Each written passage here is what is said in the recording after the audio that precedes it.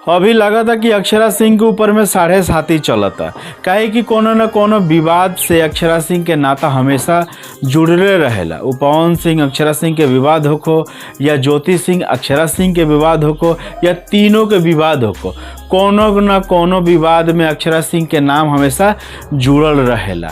कुछ दिन पहले एगो घटना रुगलो के सामने आइल हो कि अक्षरा सिंह के जोन फैंस रहल सन उनकरा के दौड़ा दिला सन और अक्षरा सिंह माइक फेंक देली।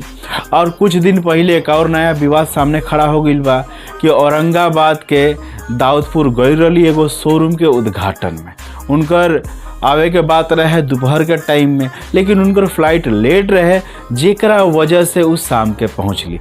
इसी तरह फैंस काफ़ी देर से इंतजार करत रहल सन और काफ़ी खिसियाइलो रहल सन, लेकिन जब अक्षरा सिंह के देखल सन तो अब ओकनी के गुस्सा शांत हो गई और ओकनी के सेल्फी लेवे खातिर होड़ मच गई कि हम सेल्फी लेम तो हम सेल्फी लेम। तो ई बीच में अक्षरा सिंह के जो बॉडीगार्ड रहे और बिहार जो प्रशासन के पुलिस रहल सन ओकनी बीच बचाव कैल सन, लेकिन पब्लिक गुस्सा हो गई और पत्थर लागल चलावे अक्षरा सिंह के ऊपर में। अक्षरा सिंह पुलिस और उनकर जो पर्सनल बॉडीगार्ड रहल सन ओकरा चलते तो बच गई, लेकिन बहुत सारा पुलिस वाला का पत्थर लागल, वो घायल हो गई सन और दाऊदपुर के जौन सरकारी अस्पताल बा ओमे इलाज चलता। ई हिसाब से अक्षरा सिंह बाल बाच गईली।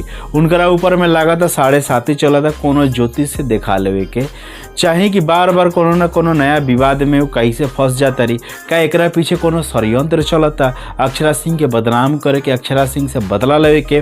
तो रउआ सब से एगो हमार सवाल बा, क्वेश्चन में क्वेश्चन के जवाब दी, का कोनो षड्यंत्र चलता या कोनो साजिश बा?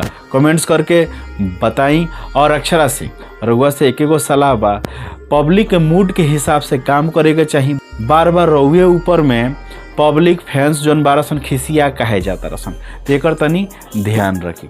चलिए फ्रेंड्स, अगला वीडियो में फिर से मुलाकात हुई। अगर वीडियो पसंद आइल बा तो चैनल के सब्सक्राइब कर ली, एगो लाइक ठोक दी और अपना भाई बंधु में शेयर करी। तो चलिए फ्रेंड्स, अगला वीडियो में फिर से मुलाकात हुई। जय भोजपुरी, जय हिंद।